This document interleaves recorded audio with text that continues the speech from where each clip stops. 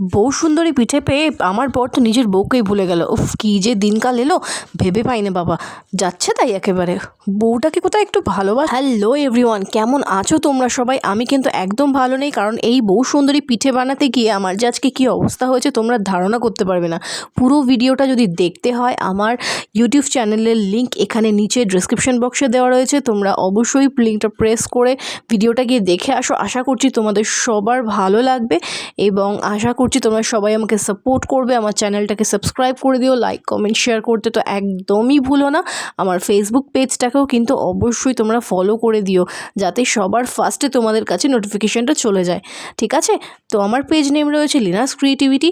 তো অনেক দিন পর কিন্তু আমি এই ছোটো ব্লগটা নিয়ে চলে এসেছি, তোমরা সবাই দেখবে এবং আশা করি তোমাদের সবার ভীষণ ভীষণ ভীষণ ভালো লাগবে।